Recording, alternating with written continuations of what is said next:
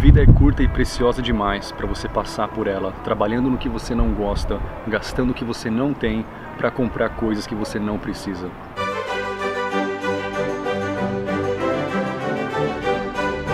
Talvez você já tenha ouvido falar de desenvolvimento pessoal, um processo através do qual você se torna uma pessoa melhor e mais inteligente, ou seja, uma versão melhor de si mesmo. Há, no entanto, um movimento na direção oposta em nossa sociedade, algo que talvez até poderíamos chamar de emburrecimento pessoal. Ou talvez, devido às proporções que isso atingiu, nós deveríamos chamar de emburrecimento em massa. Um movimento que já atingiu proporções catastróficas para a inteligência humana. É claro que muitas pessoas que sofrem de emburrecimento pessoal não se dão conta disso, afinal, ser uma pessoa idiotizada tem se tornado cada vez mais comum em nossa sociedade. Em resumo, essa é a nossa triste realidade. No entanto, se você valoriza a sua criatividade, a sua inteligência e quer continuar evoluindo, aprendendo, expandindo as suas habilidades mentais, então há no mínimo 10 males que você deve evitar a todo custo. Então, vamos à lista. Em ordem reversa, temos em 10º lugar, ter um trabalho robótico e sem futuro. Isso pode chocar algumas pessoas, mas muitas vezes o próprio trabalho que você faz pode ter um impacto negativo na sua capacidade cognitiva. Isso inclui trabalhos repetitivos, robóticos, monótonos, estressantes e que exijam pouca habilidade intelectual, artística ou até mesmo física. Tais trabalhos podem ser tóxicos à sua inteligência. Se você se encontra em um trabalho assim atualmente, a primeira coisa que eu lhe digo é que eu mesmo fiquei anos na mesma situação e perdi preciosos neurônios em tais trabalhos, então eu falo por experiência própria. É claro que a nossa sociedade está longe de ser perfeita. Vivemos dentro de um sistema econômico injusto, onde muitas pessoas são forçadas a trabalhar no que não gostam para pagar suas contas. Essa é a realidade da maioria das pessoas, e por muito tempo foi a minha realidade também. Os efeitos negativos de tais trabalhos são ainda piores quando o trabalhador recebe uma remuneração injusta e trabalha sob condições estressantes. Se a sua meta é cultivar a sua criatividade, crescer intelectualmente e crescer também em outras áreas da vida, então procure um trabalho que esteja em harmonia com tais metas. Enquanto não é possível sair do emprego indesejado, procure incorporar algum aprendizado na sua rotina de trabalho, desde que isso seja permitido e seguro, é claro. Por exemplo, ler livros, ouvir livros em áudio, fazer trabalhos da faculdade, fazer pesquisas online, desenhar, estudar materiais de inglês ou outras línguas, etc. Certos trabalhos em si não dão futuro, mas pelo menos lhe dão espaço e flexibilidade para fazer coisas que dão futuro. Claro que, infelizmente, poucos trabalhos oferecem essa flexibilidade. Alguns trabalhos são simplesmente irremediáveis. Tentar melhorá-los é como colocar cortinas modernas na janela de uma cela de prisão. Próximo na lista, temos alimentação.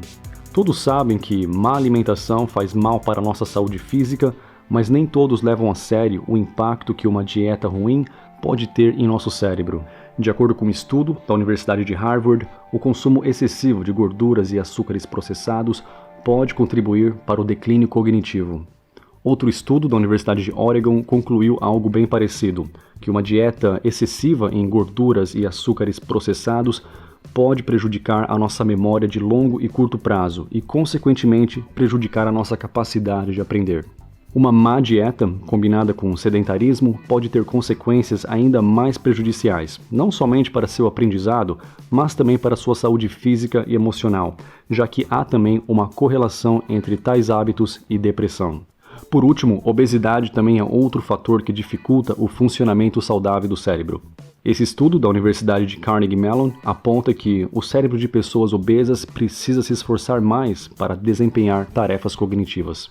As causas da obesidade nem sempre são simples, como sedentarismo e má alimentação. Em alguns casos, a obesidade pode ser causa de fatores externos além do controle do indivíduo. O melhor a fazer é buscar auxílio médico para descobrir quais passos tomar para ter uma vida mais saudável. Em 8º lugar, temos ensino inadequado.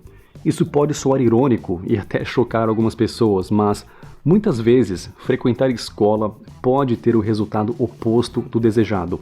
Ao invés de ficar mais criativo e mais inteligente, o jovem fica menos inteligente e com pensamentos mais condicionados.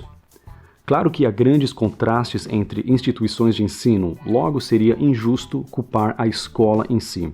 O vilão da história aqui é o método de ensino empregado por muitas escolas, principalmente escolas públicas. E mesmo que os professores não concordem com tais métodos, eles são obrigados a segui-los, devido ao planejamento de ensino instalado nessas instituições. Institucionalizar o ensino é um bom conceito em si, e de fato um conceito que é usado desde a antiguidade. Até aí, tudo bem. O problema começa quando tal conceito é negligenciado ou manipulado para servir outros propósitos. Quando isso acontece, então a escola, no máximo, prepara o jovem para ser um empregado, um funcionário alfabetizado. Inteligente o bastante para ler e seguir instruções, mas não o bastante para pensar por si próprio. O mais importante de tudo é ter amor pelo conhecimento e, de fato, querer aprender e desenvolver as suas habilidades artísticas, intelectuais e esportivas. E ter tal atitude não é necessariamente sinônimo de gostar de escola. Muitas pessoas não gostam de escola pelo motivo errado. Elas simplesmente detestam estudar, pois já contraíram o vírus da intelectofobia, que em muitos casos, infelizmente, é hereditário mesmo. Mas há também aqueles que não gostam da escola pelo motivo oposto, porque eles gostam muito de aprender e se sentem frustrados com o sistema arcaico e ineficiente da escola, que não os ensinam o que realmente é importante em suas vidas. Seja um membro do segundo grupo. Em sétimo lugar, temos beber exageradamente. Beber com moderação não faz mal a ninguém. Ficar bêbado de vez em quando, bem, quem sou eu para te julgar? No entanto, encher a cara constantemente, aí já é outra história. Consumo exagerado e frequente de bebida alcoólica literalmente destrói seu cérebro. E destrói seu fígado também, e pode também destruir a sua vida emocional e destruir os seus relacionamentos. Se para você, curtir a vida significa consumir bebida alcoólica com uma intensidade e frequência que literalmente destrói o seu cérebro, então reveja seus conceitos, afinal, você não achou o seu cérebro no lixo. Aqui estão alguns dos efeitos da bebedeira crônica. Perda da capacidade de prestar atenção, perda de memória, perda de habilidades visoespaciais, incapacidade de pensar de forma abstrata e diminuição do tamanho do cérebro. Há inúmeros estudos que demonstram tais fatos, os quais eu deixarei linkado na descrição do vídeo. Lembrando que esses são os efeitos da bebedeira crônica apenas no seu cérebro. Considere também os efeitos catastróficos que ela pode ter em outras áreas da sua vida e da vida das pessoas com quem você se relaciona. Número 6. Estresse. O estresse é um dos grandes males da vida moderna. E por mais que saibamos disso, ainda assim, muitas vezes subestimamos os seus efeitos em nossa saúde física e mental. Estudos de diferentes universidades demonstram que levar uma vida estressante causa declínio cognitivo. Alguns anos atrás, pesquisadores da Universidade de Yale, nos Estados Unidos, descobriram que estresse crônico pode até mesmo encolher seu cérebro. Todos já estamos familiarizados com essa forma negativa de estresse. Há, no entanto, uma forma positiva de estresse, o eustresse, que é o estresse do bem. O eustresse é o tipo de estresse que sentimos quando confrontados com uma meta que queremos alcançar. Por exemplo, vencer um jogo, aprender algo difícil ou completar uma tarefa importante para nós. Logo, é o estresse negativo que devemos evitar ao máximo. Alguns exemplos desse tipo de estresse negativo são ter que lidar com um chefe que te enche o saco, ter um trabalho que você detesta, pegar um trânsito quilométrico, não ter dinheiro para pagar as contas no fim do mês, problemas nos relacionamentos, medo constante de assalto, internet lenta e entre outros males que afligem a humanidade. Há muitas maneiras de lidar com o estresse. O primeiro passo é reconhecer se a fonte do estresse é externa ou interna. Eu vou deixar na descrição do vídeo alguns links para materiais sobre como lidar com o estresse. Número 5. Sedentarismo. Todos sabemos que levar uma vida sedentária não é fisicamente saudável. O que nem todos sabem é que os males do sedentarismo podem também causar declínio cognitivo. Assim como no caso do estresse crônico, falta de atividade física pode também reduzir o tamanho do cérebro. Tal fato é apontado por alguns estudos, os quais eu deixarei linkado na descrição do vídeo. As maravilhas da tecnologia, sem dúvida, melhoraram a nossa vida em muitos aspectos, mas devemos tomar cuidado, pois nunca em nossa história foi possível trabalhar tanto e se divertir tanto se movimentando tão pouco. Número 4. Fanatismo ideológico. Fanatismo pode não danificar o cérebro fisicamente, pelo menos até onde eu sei, mas Fanatismo ideológico pode fechar a sua mente parcialmente ou totalmente. Claro que é importante apoiar alguma causa e querer fazer uma diferença no mundo. Ser fanático, no entanto, é outra história, e os resultados do fanatismo não são bons para a pessoa e nem para a sociedade. As formas de fanatismo mais comuns e destrutivas são fanatismo político, achar que um sistema político é o bem absoluto e que o outro é o mal absoluto, quando o patriotismo se transforma em nacionalismo cego e fantasioso. Fanatismo religioso, quando o fanático acha que o resto da humanidade vai queimar no inferno eternamente simplesmente por não acreditar na mesma religião que ele. Fanatismo no futebol, quando o animal chega ao ponto de querer bater em alguém que torce para um time diferente. 99,9% dos portadores dessa doença são do sexo masculino. Dizer que o fanatismo deixa a pessoa mais burra é talvez citar o menor de seus males. Afinal, o fanatismo pode também corromper o senso de moralidade da pessoa, deixando-a mais perigosa para a sociedade. Número 3. Consumismo. Sim, o famoso e nocivo consumismo. E antes de mais nada, eu vou compartilhar com vocês a melhor definição de consumismo que eu encontrei na net. O consumismo é o ato de consumir, comprar produtos de forma exagerada. As pessoas consumistas adquirem produtos, roupas, produtos eletrônicos, joias, carros, imóveis, sem ter a necessidade destes. O consumismo é típico de sociedades capitalistas e é estimulado pelas campanhas publicitárias vinculadas principalmente na TV, cinema e meios de comunicação, revista, jornais e rádios. Em alguns casos, o consumismo pode se tornar uma doença, uma espécie de vício. Neste caso, a pessoa consumista só consegue obter prazer na vida ao comprar coisas. Em situações como esta, é necessário um tratamento profissional de um psicólogo. Por outro lado, existe também o consumo consciente, que é aquele em que as pessoas compram produtos que estão precisando verdadeiramente, pesquisam os melhores preços e buscam produtos que não prejudicam a natureza. O consumismo é tanto consequência como causa de problemas seríssimos na sociedade.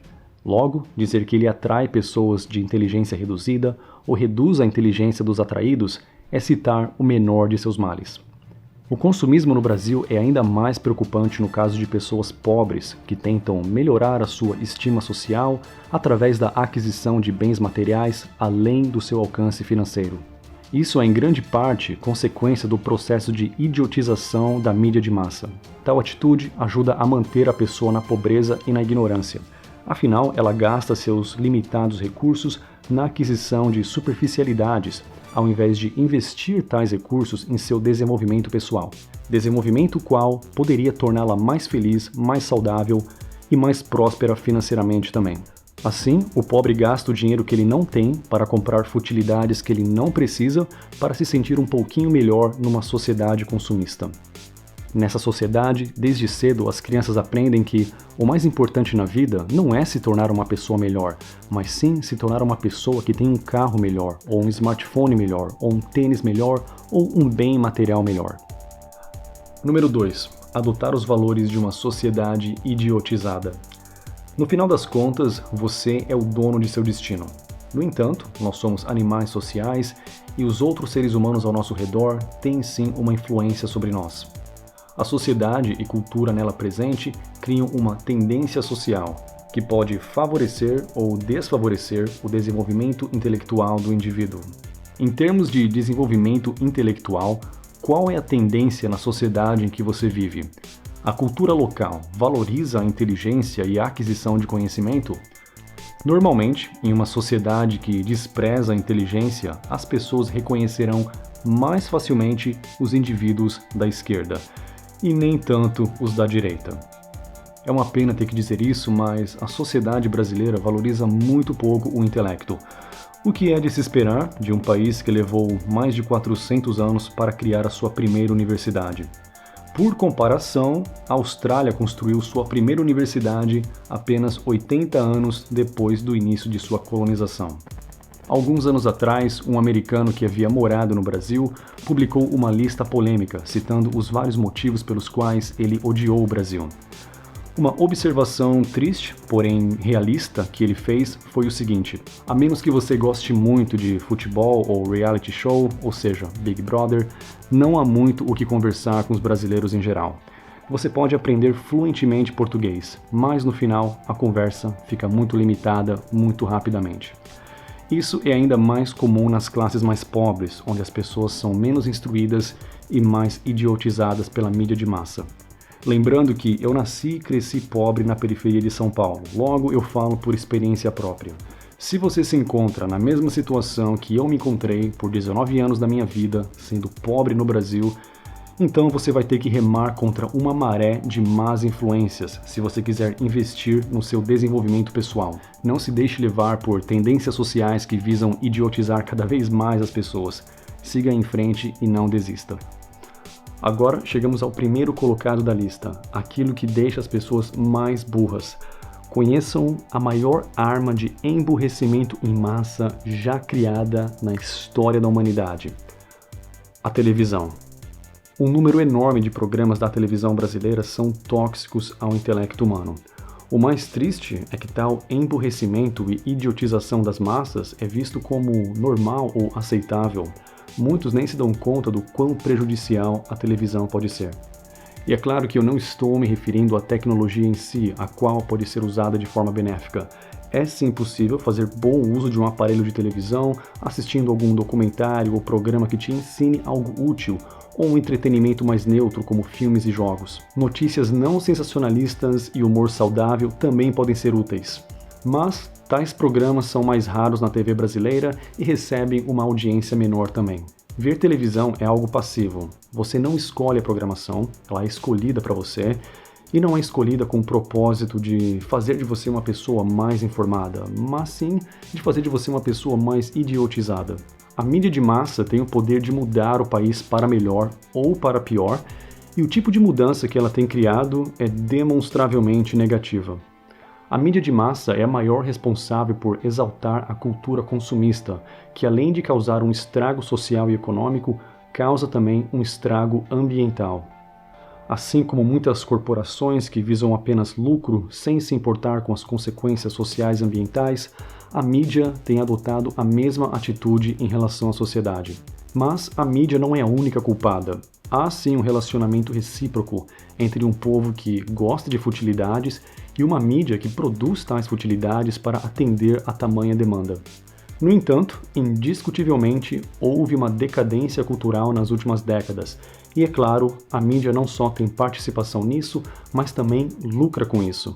Desde quando a mídia televisiva ganhou forças, há décadas atrás, ela poderia ter sido uma força para o bem, ajudando a educar, informar e guiar o país numa direção melhor. Mas, infelizmente, o que a mídia tem feito é apelar para aquela parte mais primitiva do nosso cérebro, trazendo à tona o nosso lado mais ignorante, mais primitivo e mais egoísta. Assim, para ter audiência, a fórmula é simples. Basta que a programação tenha as seguintes características: intriga, fofoca, sexo, traição, sensacionalismo, desgraça, indignação, baixaria, e a lista continua.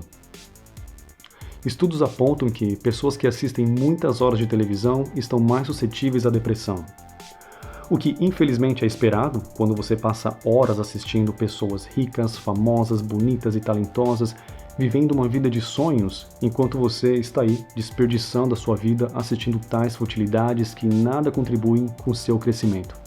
Se você já passou anos da sua vida assistindo tais programas de fofoca de artistas, ou reality show, ou besterol, considere o seguinte: quantas horas por dia você passou assistindo tais programas? O brasileiro assiste em média 20 horas de televisão por semana. Isso é, 1.040 horas por ano em média.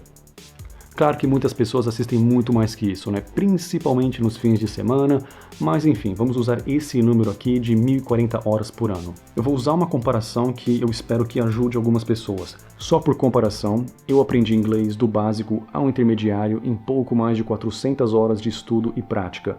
Isso em 2004, numa época em que não existia YouTube e nem Duolingo e nem smartphones e esses vários aplicativos que facilitam o aprendizado. É altamente provável que você, com os recursos de hoje, consiga fazer isso em bem menos tempo. E se for essa a sua meta, então eu te convido para assistir meus outros vídeos sobre inglês aqui nesse canal.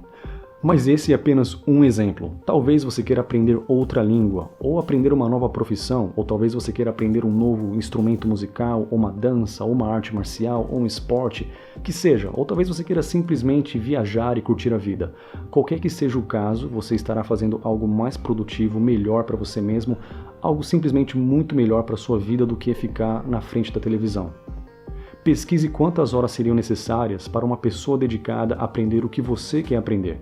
E pergunte-se, o que vale mais a pena? Dedicar centenas de horas a programas que não te ensinam nada? Ou dedicar essas horas para se tornar uma pessoa melhor, mais capacitada, para fazer uma diferença positiva no mundo? Quais são as suas metas? Quais são os seus sonhos? E para encerrar esse vídeo, eu pergunto, qual diferença você quer fazer nesse mundo? Bem, eu acho que por hoje eu vou apenas deixá-los com essas reflexões. Se você gostou desse conteúdo e acha que ele poderia ajudar outras pessoas, então por favor compartilhe. Se você é novo no canal, então dê uma olhada nos meus outros vídeos, e se você gostar do conteúdo, então por favor inscreva-se para que você continue assistindo esses vídeos toda semana. Então por enquanto é isso, muito obrigado e até o próximo vídeo. Veja bem, não há nada de errado em valorizar o material. Tudo na vida tem o seu lugar e sua prioridade. Mas muitas pessoas parecem não entender essas prioridades. Elas vivem um mundo de superficialidade, supervalorizando o supérfluo e deixando de lado o que realmente é importante. Vamos falar sobre os 10 países mais seguros e mais pacíficos do mundo, verdadeiros paraísos para visitar e para viver. Eu tive o privilégio de visitar e também morar em alguns desses países e gostaria de compartilhar com vocês não somente as minhas observações, mas, mais importante ainda, os fatos baseados no Global Peace Index.